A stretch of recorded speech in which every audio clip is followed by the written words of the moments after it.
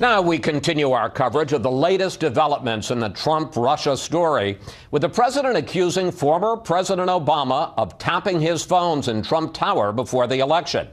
Joining us now, Democratic Senator Chris Coons of Delaware. And Senator, I want to begin where I began with Senator Cotton. Your reaction to President Trump's allegations that his phones were tapped by President Obama. Well, Chris, these are remarkable allegations. I think another attempt by President Trump to change the subject. But this deserves full investigation. And the larger point, I think, I will agree with Senator Cotton on, is that it's in the best interests of our country for us to move forward promptly and get to the bottom of all of this. I believe that no president should ever directly order an intercept or a wiretap on an American citizen. That's not what our system provides.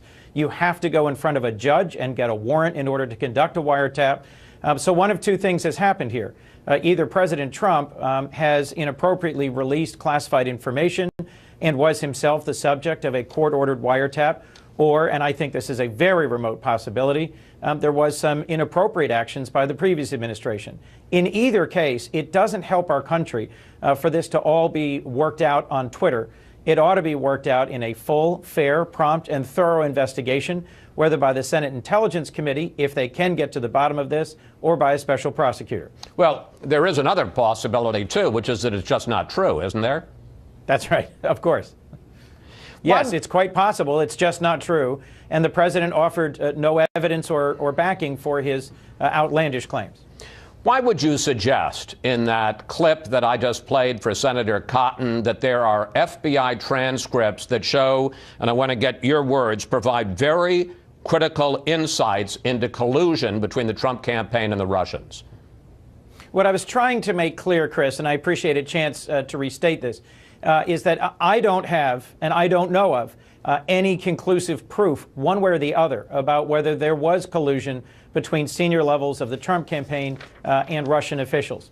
But I believe that our intelligence community, which is the most sophisticated in the world, has intercepts, has raw intelligence, and it's important that the Senate Intelligence Committee, which is conducting an investigation, be given access to those intercepts, to transcripts of those intercepts, so that they can get to the bottom of this. The American people, Chris, want us to move forward. They want us to work together in Washington.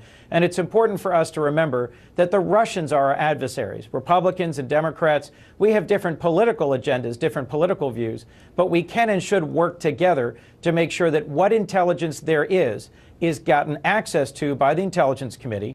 And if they're stonewalled or blocked, that there's a special prosecutor appointed. That's the point I was trying to make. Senator, I don't think anybody would object to that, but that isn't quite what you said on Friday. I want to replay the clip of what you said on Friday, which is different. Here it is. There are transcripts that provide very helpful, very critical insights into whether or not Russian intelligence and senior Russian political leaders, including Vladimir Putin, were cooperating, were colluding with the Trump campaign at the highest levels to influence the outcome of our election. Senator, we're talking here about the President of the United States. Isn't there more than a whiff of McCarthyism for you as a U.S. Senator to say there are transcripts out there that provide insight into whether or not there was collusion, but you don't even know whether they exist? Well, to be clear, Chris, what I was trying to encourage was that the Intelligence Committee be given access to the raw intelligence. I've been told now that that's going to happen this coming week, and I think that's positive and productive. Last week on the floor of the Senate, I joined Republican Senator Marco Rubio in a joint speech to talk about Russian interference, Russia as our adversary, and the importance of us working together. And at the end of the speech, Senator Rubio said, I won't be part of a witch hunt, and I won't be part of a cover-up. So to the extent those comments that you just replayed might in some way be misinterpreted as leading to a sort of hyperventilating attitude here in the Senate about this, I apologize for that. That's not what I was trying to do. What I was trying to do, and I think is important, is to draw the American people to what joins us in common, which is the need for us to get to the bottom of this, to get access to what intelligence there is. I am confident that intelligence exists that is relevant to this question. Not that says there is collusion and proof of it. That's not what I was trying to say. I want to ask you. Last week there were last week there were senior Republicans and President Trump in previous weeks saying there's nothing here. There's nothing to look at. And this was just after Senator Sessions was revealed to have either misspoken or misrepresented his meetings with the Russian ambassador. I think it's in all of our interest for this to be investigated fully, fairly, and promptly, and for what intelligence exists, and I'm confident that such intelligence exists, but be Senator, made available to the Intelligence Committee. If I may, I want to talk about the broader story here. Do you have any evidence at this point? And this investigation has been going on for a long period of time. We know that the FBI and intelligence sources were looking at this at least since October, because that's when they all came out and said that the Russians were interfering. Do you know of any hard evidence of collusion between what I call Trump world and the Russians to interfere in this presidential campaign? Not suspicions, not contacts, but evidence of collusion. Chris, I have no hard evidence of collusion. I think what hard evidence there may be will be discovered either through a full release of President Trump's financial interest and concerns and taxes, or the intercepts that I believe our intelligence community and FBI have of conversations between and among Russian officials. And that's why I think it's important for us to get to the bottom of this, so that we're not still talking about this as an unresolved issue where we don't know the answer months and months from now. Do you worry that this continued talk about this when we're months into this and there is no evidence of collusion? There's no evidence that any crime or anything untoward was committed. Do you worry that this continues to put this president under a cloud, continues to derail his agenda? Or frankly, sir, is that precisely the point?